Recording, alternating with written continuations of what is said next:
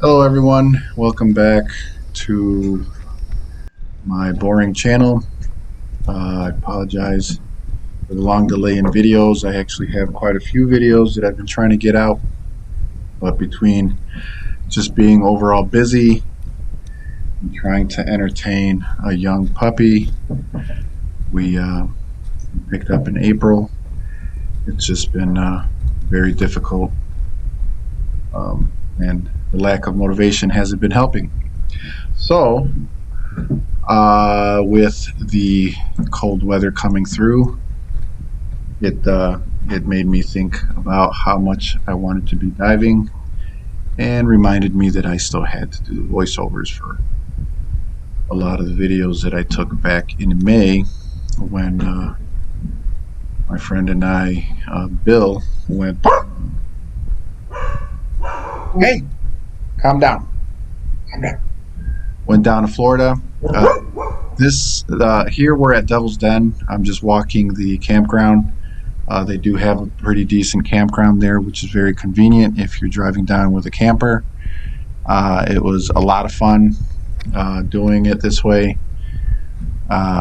We were able to stop on our way down from the Chicagoland area and enjoy different dive sites along the way, with the convenience of being able to just stay on site. So here is Devil's Den, which is actually only about an hour. I think it's like an hour and 40 minutes from Peacock or something like that. I know it was just under 2 hours. And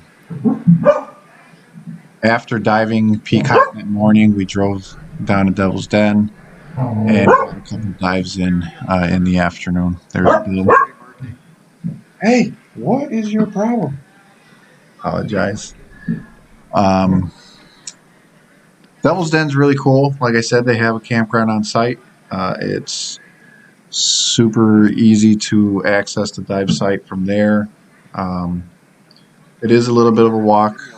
We used a cart. I usually carry a pretty large gardening cart in my back of my truck, and we just wheeled everything over there. But you could always take your car or truck or whatever you're driving from the campsite, drive it over to the edge of the fence line there where I entered, and just walk it in from there.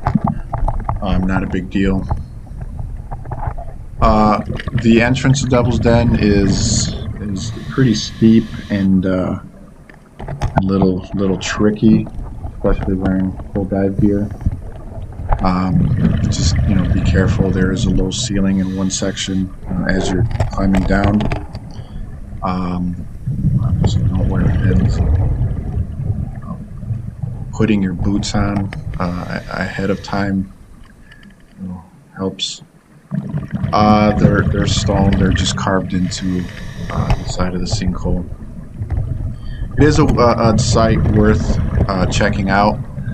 I've been there a couple times. I took my kids there a few years ago. They really enjoyed it.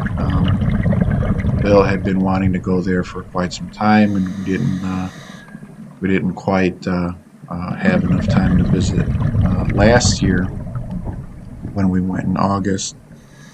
So we decided to make an effort to go this time. It's a really interesting place. It is a sinkhole, as I said. If you're not familiar with sinkholes, they're basically there's water running through the ground. Eventually, it works its way to the surface, and when the dirt, rock, or sediment below the surface gets too thin or too fragile to sustain the weight of what's above it, it eventually collapses, causing these types of sinkholes. To my knowledge, this isn't like a full cave system. The water just kind of trickles out through some very narrow, impassable passageways or cracks that I think you'll see some video of them later on. But the way the rocks fell, created a lot of pretty cool swim-throughs. If you ever considered getting cave certified, this would be a good place to check out. This is one of them. There's really no way to get lost. Anywhere that you could wedge yourself in accidentally or inadvertently is blocked off by these cages, these pipes that are kind of wired together and secured in place, so you can't get anywhere that's gonna, you're gonna get in any kind of trouble. I wouldn't go in there if you're really claustrophobic and without having a good light, because it is, most of these are in like the 40-50 foot range, I want to say, and because they're off to the outside of basically the ring that's created when the surface collapsed down and created the sinkhole. So it's a little bit underneath the overhang, and light doesn't get to the outside of the circle nearly as much as it does. And also depending on the time of day, that'll affect the sunlight that's down in there. But it is very neat nonetheless. Like I said, a lot of swim-throughs. It really does give you this sensation that you're cave diving in an overhead environment. However, if you look carefully on some of these, I actually look up, and there is a way to get out through a crack between the rocks or something along those lines. There are, I think, 1 or 2 signs like this. These are cave entrance warning signs, warning people not to go any further unless they are cave certified. But like I said, I don't think. But it is a pretty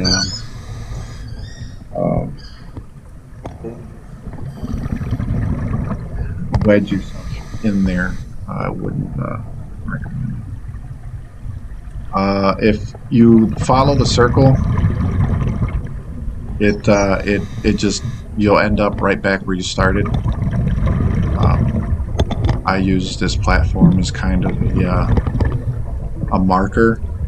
Start there, go work my way in one direction, and then keep going until I run into that platform again. You can probably do the entire perimeter of the sinkhole, I don't know, I'd say in probably 20-30 minutes, depending on how fast you're swimming, how much time you spend in these swim-throughs. You can see light at the other end. I think somebody was shining their flashlight in there. It looks a little, a little scary. First time you look in there, you're thinking to yourself, well, am I gonna get in trouble going in there? You could always swim a little bit above and then shine your light down the cracks, and you'll see exactly where you would enter and where you would exit, and kind of plan accordingly and decide whether or not you want to swim through or not. Some of them do get a little bit narrow. You would definitely bang your tanks here and there, but like I said, it's still fun.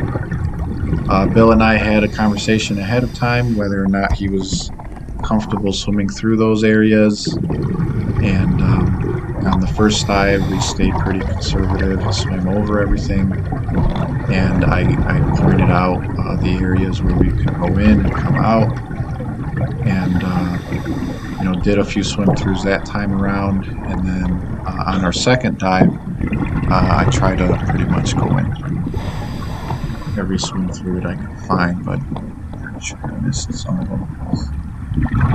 Sometimes they just camouflage.